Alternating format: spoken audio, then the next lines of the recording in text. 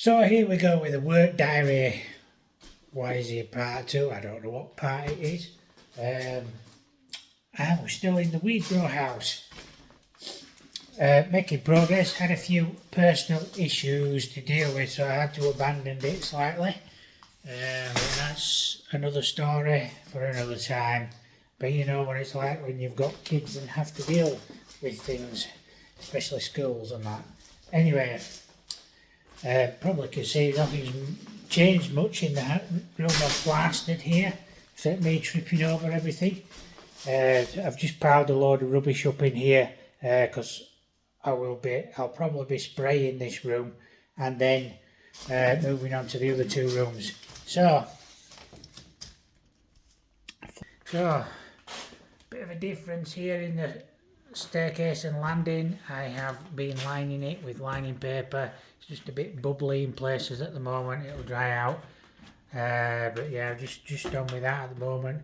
This back bedroom here, I've lined all this one out. Just increase the aperture a little bit. And obviously I've got the ceiling to paint in here. And yeah, so I've lined all this out with lining paper. It looks a lot better than it did. Reattached the radiator. I've taken the radiator off just so you know that I do a professional job and remove radiators if need to. I put it back on for the simple reason is the valve was leaking, and I didn't have a blanking plate for the valve, and thought I'm going to put the heating on because it's cold. And in this room here, done the same again.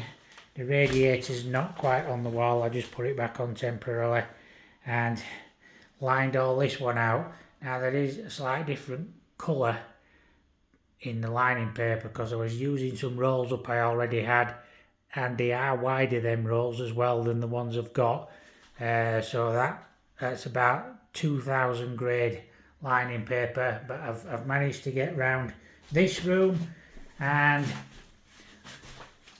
this one's already dried out. I've probably just got a few of the edges where they've not quite stuck down to put down, and do a little bit of caulking as well around the top edge just to bring it in. That's what I normally do.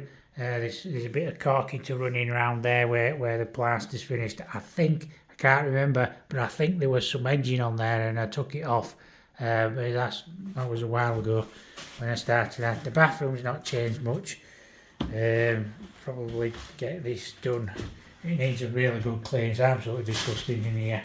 I've been using the bath for mixing the plaster, so the plaster bucket's there, so there's just like bits and pieces of plaster in there, which will come off. That's not an issue, but I have patched up this ceiling as well where they made a hole through there, so we're going to blend that in and paint the ceiling and paint the bathroom. We need to remove all the fittings though. I'm going to just chuck them and then clean up the toilet and everything as we're doing it.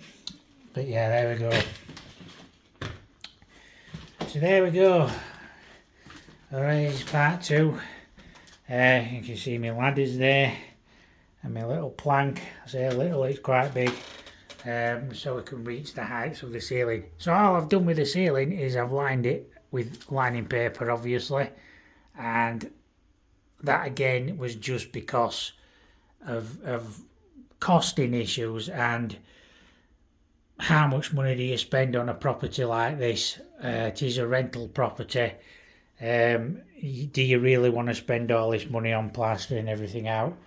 And obviously the staircase takes a battering anyway, so all we're doing is lining over the top of the paper, which gives it a nice bit of thickness to it, and we're going across that way with the paper as well, so it should look a bit different when it's painted.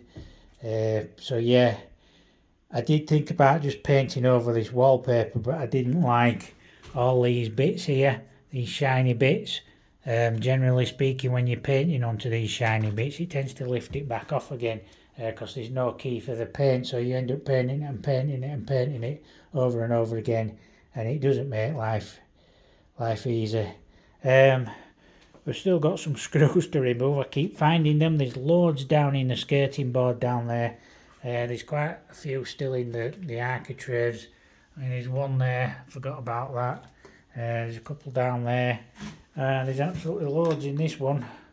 They're all being screwed right in as well, which makes it a little bit awkward. But there you go.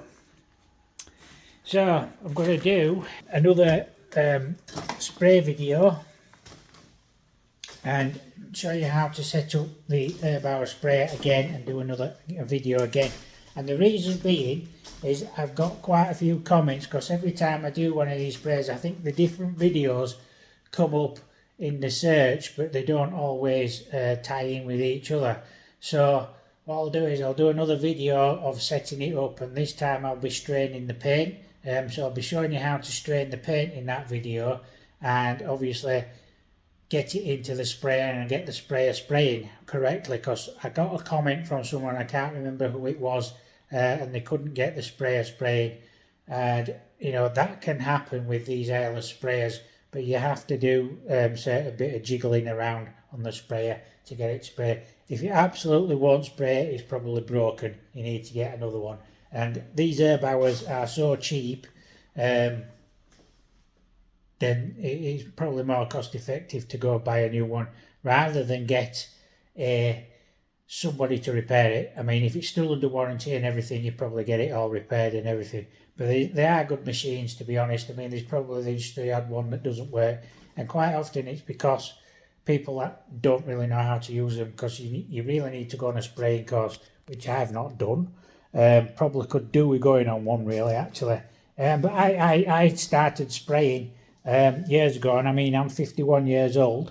We used to do restaurants when I was a teenager, and I was about 14, 15 years old, and we used the spray system then. So it's nothing new at all, this spraying.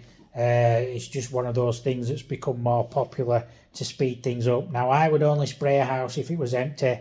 I wouldn't do it if the people was in it, because you really need the room to be clear, and you need to cover everything up, the furniture and everything. And generally speaking, when you're working in a customer's house, they do not remove the furniture, and you have to work around it. So that being said, that's what we use the sprayer for jobs just like this, where there's new plaster as well. It speeds it up no end, and you don't have to wait for the paint to dry before you give it a second coat. 20 minutes, 40 minutes, you're done. Bang on another one, especially on new plaster, because it soaks straight in. But this will be a mist coat to start with, and what I do is I start thickening the paint up as I'm using it, and then obviously it builds up the layers on the thing. So this will actually be sprayed out in literally a day. So yeah, there you go. So this is kind of like part 2, if you want to look at it, of this video, and this video of my work diaries, and then we'll probably do some other bits and pieces. I've got a few little jobs coming up, so might get them in on the work diary as well. So there you go, guys. Hope you got something out of this video. Don't forget to subscribe to the channel if you haven't done also, and thank you to everybody who's done that so far, and I'll see you in another video soon. Thanks for watching. Good day.